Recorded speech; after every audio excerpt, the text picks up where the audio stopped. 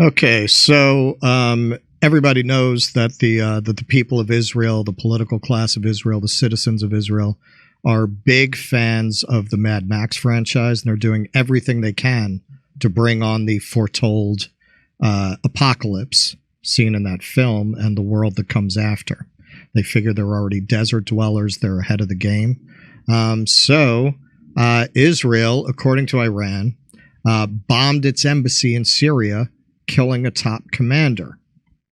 Iran's consulate in the Syrian capital Damascus was flattened on Monday in what Syrian and Iranian media described as an Israeli airstrike, a startling apparent escalation of the conflict in the Middle East that would pit Israel against Iran and its allies.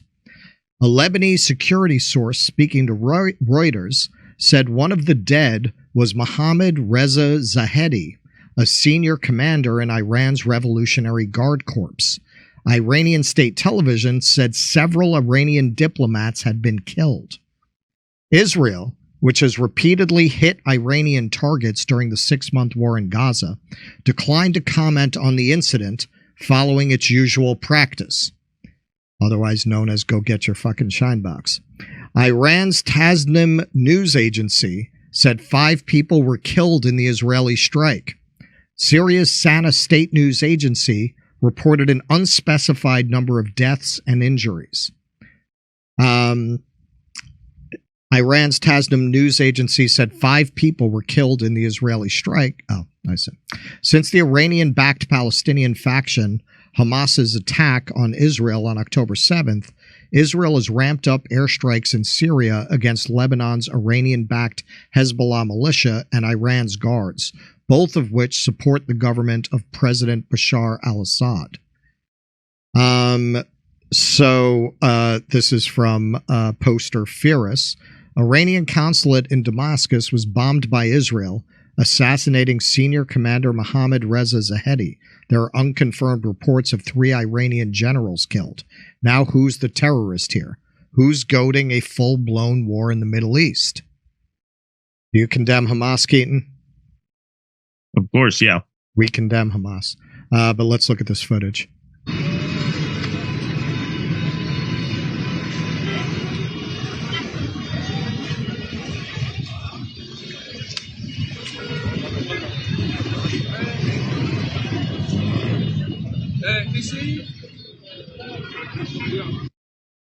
I mean, now that I see it, it's not so bad. You put in a sofa, a love seat, clear that right out.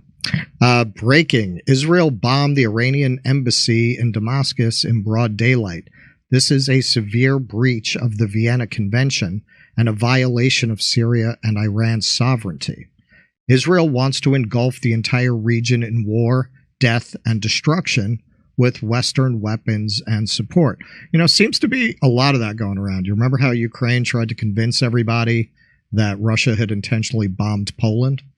Yes. You know, all of these proxy states are very eager to draw the United States into their regional wars. Even though Poland is in the opposite direction, right? Yes. Like they had Wile E. Coyote firing the rockets. Oh, well, yeah. And, you know, speaking of classic cartoons, Zelensky was out there like Bullwinkle with his Boris routine. Yes, you see what we have been warning you of all of this time? These people are psychos, man. Like they don't care about starting World War III as long as they can draw in the United States. So is this a violation of international law? I mean, who's counting? The Vienna Convention on Diplomatic Relations. The premises of a diplomatic mission, diplomatic premises, are the houses of ambassadors and are inviolable and must not be entered by the host country except by permission of the head of the mission. Likewise, the host country must never search the premises, may not seize its documents or property, and must protect the mission from intrusion or damage. Article 30 extends this provision to the private residence of the diplomats. So this is George Galloway. It is not only Iran who will undoubtedly respond to what just happened to Damascus, but Russia, too, cannot continue to allow such savage violations of the sovereignty of its 50-year ally, Syria. keep an eye on the Golan Heights. And this is Kavork Almasian. Israel targeted the Iranian consulate. This marks a significant escalation by Israel towards Iran, specifically targeting the axis of resistance. The strikes targeted a high-ranking IRGC officer who plays a crucial role in Iran's operations in Syria. Moreover, the attack specifically aimed at the Iranian consulate, which holds the status of a sovereign Iranian territory. Consequently, Israel's strike can be interpreted as a direct attack on Iran, rather than targeting targets that are Iranian-linked or Iranian-affiliated, as the U.S. and Israel have previously concealed using such terms. So, what does Israel want? Israel seeks to intensify and expand the scale of the conflict in order to compel direct involvement from the United States. American people need to understand the seriousness of the situation. Israel is actively attempting to involve their nation in another costly and dangerous conflict in the Middle East. How will Iran retaliate? It is not easy to provide an answer to this question, as Iran operates based on strategic decisions rather than emotions. Tehran aims to manage the tense situation in the region as the axis of resistance continues to make slow but effective progress against the U.S.-Israeli influence in West Asia. So what are your thoughts, Keaton?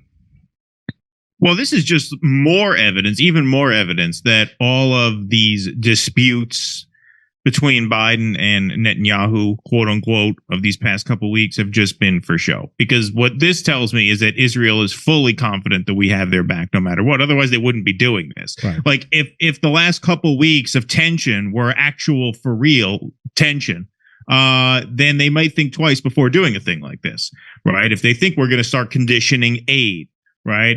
If they think we're actually going to bring Netanyahu here and give him the quote-unquote come to Jesus moment that Biden talked about, then they might not be doing this. The fact that they're doing this is just more evidence that there really is not much actual rift there, as evidenced earlier this week, or rather over the weekend, where it came out that we've been sending them 2,000-pound bombs this whole time, even as we say things are getting out of hand. And so this tells me that Israel is as confident as ever, which shows you that all of these rhetorical shifts are just that. They are just surface level rhetorical shifts to try and win back some of the base that has left them over this issue. Because if there were any teeth to back any of that up, it's far less likely that Israel would be doing this. Not to say they wouldn't. They've got a lot of chutzpah, as they say. But they'd be much less likely to. Yeah, I think when you look at a situation like this, as many people have pointed out, World War I and World War II didn't erupt overnight. There were a series of events leading into them, particularly with World War II. There were a series of smaller battles and incursions that finally erupted into World War II. All it's going to take is for Russia and Iran and perhaps other parties. Jordan is getting a lot of pressure from its own people about its relations, diplomatic relations with Israel. They're having a lot of protesters on the street. All it's going to take is for some of these powers, perhaps the BRICS powers, to say, you know what, man? I don't think the United States could really take us on at this point. They can't. I'm honestly surprised it hasn't happened yet. Right? I mean, this is far from the first provocation beyond Gaza and the West Bank, even since October 7th. Didn't they kill a Lebanese journalist back at the end of October? Right? Yes. I mean, you know, they've been up to this shit this whole time. I'm surprised it hasn't broken out sooner. I'm surprised it hasn't broken out by now. Well, I think that analysis is right. They are trying, just like Ukraine was trying, not lately. I think they've given up on it. Just like Ukraine was trying to get us into World War III. Now Israel's trying to get us into World War III. I think that we really don't have the balls unless we have to. And you can't assume that past a certain point, as Russia did with Ukraine, they're not just going to say, fuck it. Let's go. Let's go. Let's settle this. Enough is enough. And and that makes it more surprising. I mean, we would lose World War III. We wouldn't win World War III. Well, and that's why I'm saying, why wouldn't they? Because Putin, whatever your thoughts are about Putin, he's a smart guy. And he's got a good strategic mind. And if I'm sitting where Putin is sitting, I'm seeing a hollowed out, decadent country living on a financialized economy that's not really based on anything other than air that will tip over if you hit it with a really strong breeze at this point. That's what I'm thinking if I'm Putin. Maybe he talks to Iran, and also, says, I mean, not to sound like Marianne Williamson here, but I don't think this country has enough spiritual gas in its proverbial tank to actually go to war on that scale. I just don't see it happening. I can't see the military mobilizing for this government. I don't see it. Well, how do you mean? You think they'll mutiny? I just don't think they'll be able to field the team. Yeah. I don't think they'll have signups. They would need a draft at some point. If you're talking about the scale of combat that would be needed to actually fight a world war, you would need a draft. You're not going to get the recruits. Nobody's volunteering to go fucking fight Joe Biden's war against Russia and Syria. They would need a draft. And at that point, you don't know what'll happen. At that point, all bets are kind of off. We've talked about this a little, and you focus a lot on the breakdown and a belief in the institutions, which I agree with. But I mean, what is it? 2/3 of people under 18 are obese at this point. Like, where are you getting these soldiers from? It's an out of shape, decadent society, man. If you're talking about non-nuclear war and China and Russia and Iran team up, they'd eat our lunch all day and all night, in my opinion.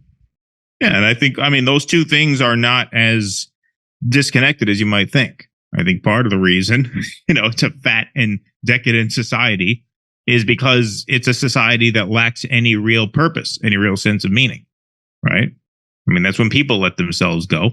They let themselves go once they've already had the kids they want to have. They got the wife they want, and that's it. You're just living out the end. And that's what this country's been doing for a few decades, I think. And we are certainly in no shape now. This country is going to beat the Russians. Please. And that might be why we haven't done it. It might be because we know we can't win it.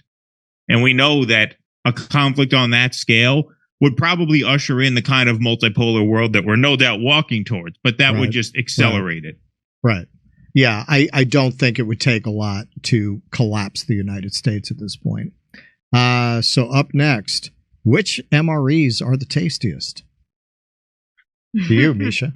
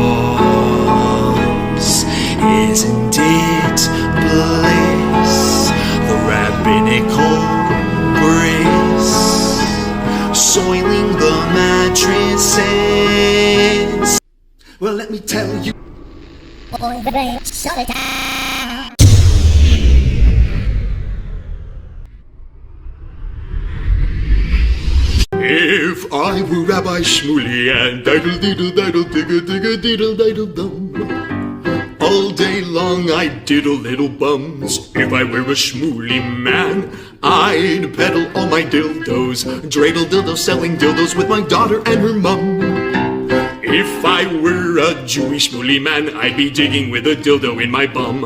I'd wear a grotesque nose and go grab some goyim right on the nipple with a pinch. A Shabbos lap dance brace for the youngest mensch. On a scale of 1 to 10, how much do you hate shitty coffee? I, for one, really hate shitty coffee, which is why I'm excited to introduce to you a company that's revolting against shitty coffee, and it's called the 1775 Coffee Company. Now, I haven't had it yet because I only drink decaf. Steph has had it. Steph, how do you like it? I really like it. I've been, you know what? I have a French press, and so I've been using my French press and totally enjoying it. It's delicious. It's smooth. It's smooth. So 1775, the world awake. In 1775, the world awakened to a new era.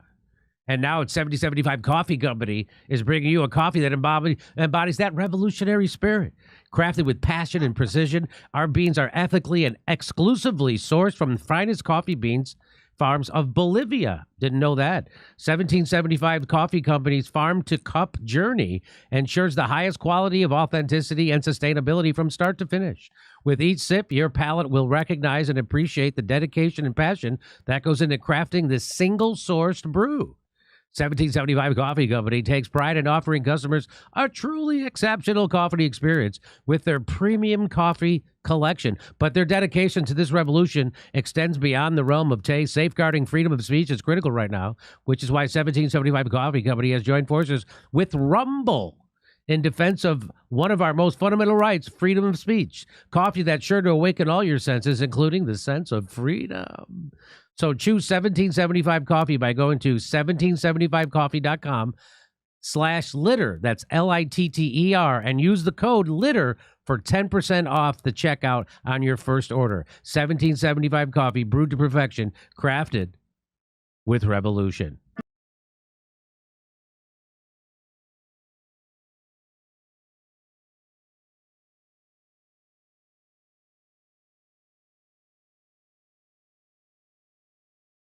Hey, thanks for checking out our YouTube channel. Subscribe by clicking on that button down there for more AM Joy and the rest of MSNBC. And click on any of the videos right here to watch the latest interviews and highlights. And you can get more videos from MSNBC for free every day with our newsletter. Just visit